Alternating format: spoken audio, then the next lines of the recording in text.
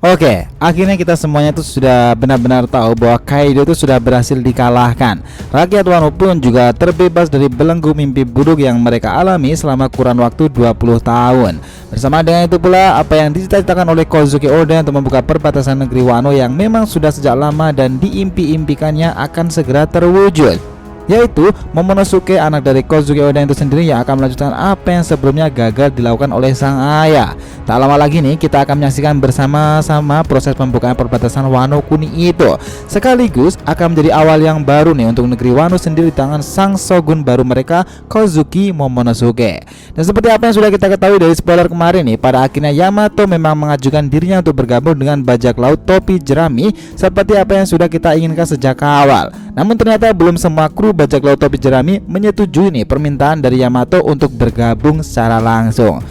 Siapa nih kira-kira yang masih belum setuju nih? Dan kira-kira apa alasannya? Oke, nggak usah berlama-lama lagi, kita breakdown ceritanya mulai dari sini.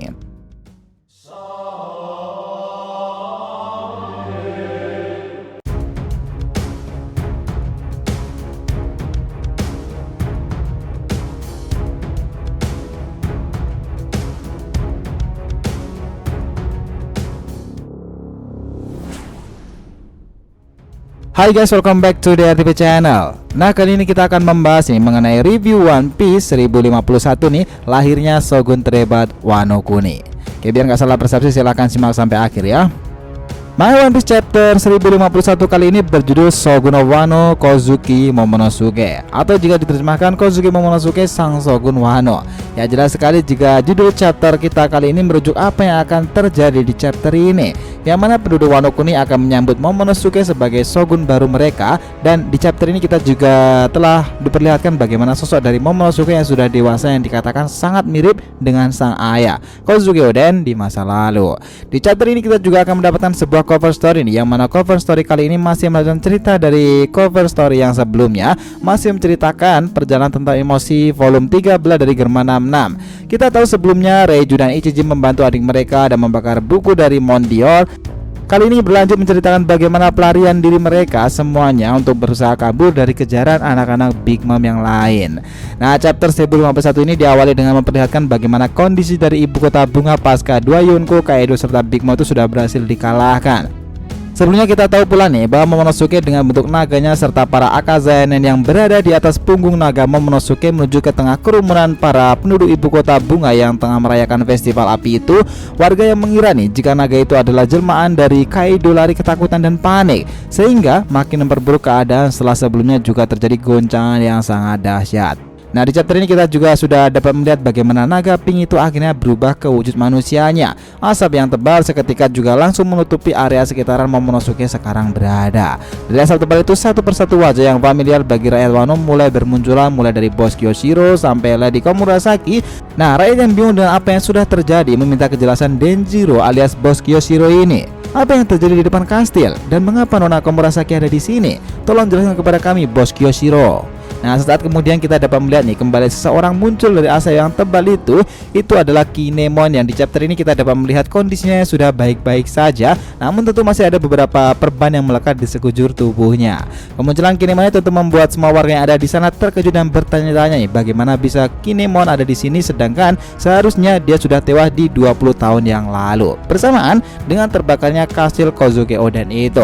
Sedikit demi sedikit kabut tebal yang tadi menyelimuti Momonosuke dan para Akazayanen itu mulai menghilang. Para Akazayanen pun terlihat di depan seluruh penduduk ibu kota bunga. Lagi-lagi itu menunjukkan semua penduduk ibu kota bunga mereka seakan-akan tidak percaya jika ternyata para Akazayanen masih hidup hingga saat ini. Sampai salah satu warga kemudian berteriak, tidak salah lagi, mereka adalah Akazayanen yang seharusnya sudah mati 20 tahunan yang lalu.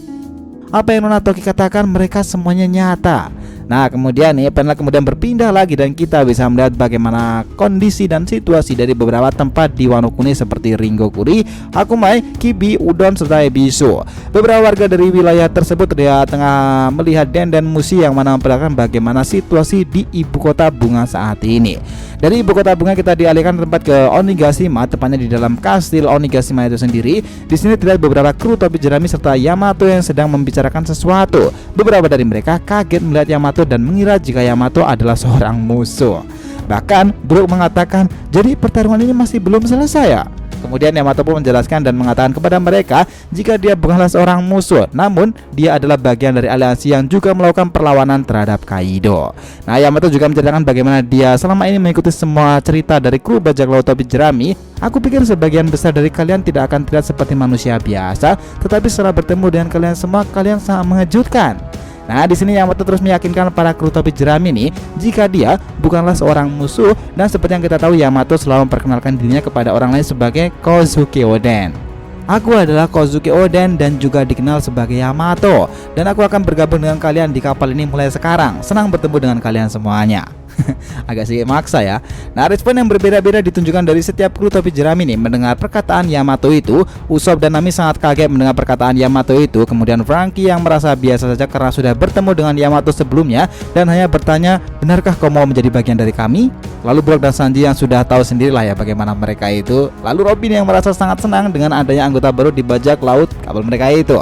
Nah, dari semua anggota kru topi jerami yang ada, Jinbe memiliki respon yang cukup berbeda nih dengan yang lainnya. Jinbe kemudian berkata seperti ini, kau dapat mengatakan itu, namun keputusannya tetap berada di tangan kapten kami. Kemudian Yamato berkata, kau benar, aku sekarang ingin tahu apakah Luffy baik-baik saja.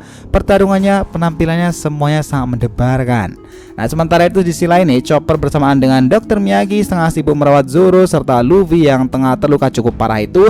Bersamaan dengan itu pula Yamato melihat adanya anak buah Beast Spirit yang tersisa ingin kabur karena mereka tidak mau dijadikan budak. Di halaman berikutnya memperkenalkan Usopp yang tengah bertanya kepada Otama mengenai apa yang akan terjadi dengan orang-orang sebelumnya sudah terkena efek dari Kibidango milik Otama itu.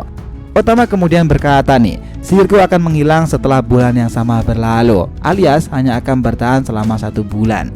Otama kemudian juga menjelaskan jika ada beberapa hewan yang kembali normal setelah sebulan berlalu, namun ada juga yang tetap seperti itu. Jadi aku pikir mereka memiliki kehidupan yang sangat mereka harapkan dan lebih baik seperti itu. Nah, Speed juga mendengar penjelasan dari Otama itu kemudian berkata, aku lebih bahagia seperti sekarang. Kemudian Otama menjawab, itulah yang aku harapkan dan aku ingin kau selalu berada di sisiku, bukan sebagai pelayan namun sebagai seorang ibu. Nah, kita kembali dialihkan ke ibu kota bunga nih, dimana terlihat para Akazaya 9 tengah berlutut dan memberikan salam hormat kepada seseorang yang masih tertutup dengan asap tipis di sekelilingnya. Dan ya, itu adalah sang shogun baru negeri Wano, Kozuki Momonosuke.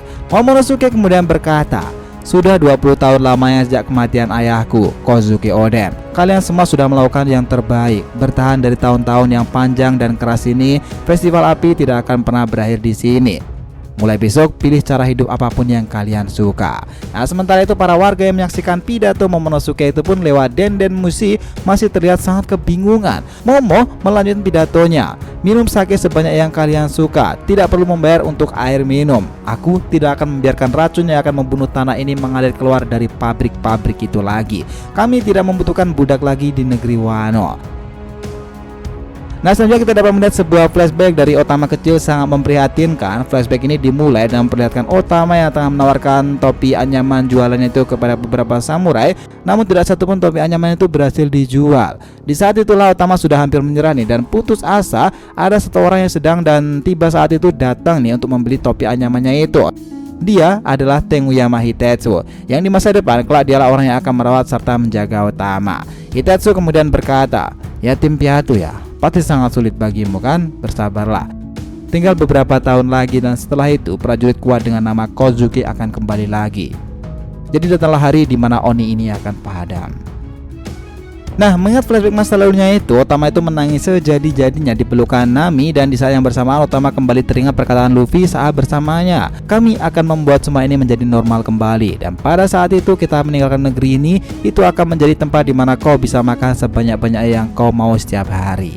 Nah, kita kembali dialihkan nih menuju Momo yang tengah menyampaikan pidato kemerdekaannya di ibu kota bunga itu. Di hadapan para rakyatnya itu Momo berkata seperti ini, hari-hari tirani Orochi dan gemetar ketakutan pada Kaido itu telah usai sekarang. Dengan adanya bantuan dari orang-orang terpercaya yang kita temui di laut, dengan aliansi samurai bajak laut, Ming, ninja, kami telah menyerbu Onigashima.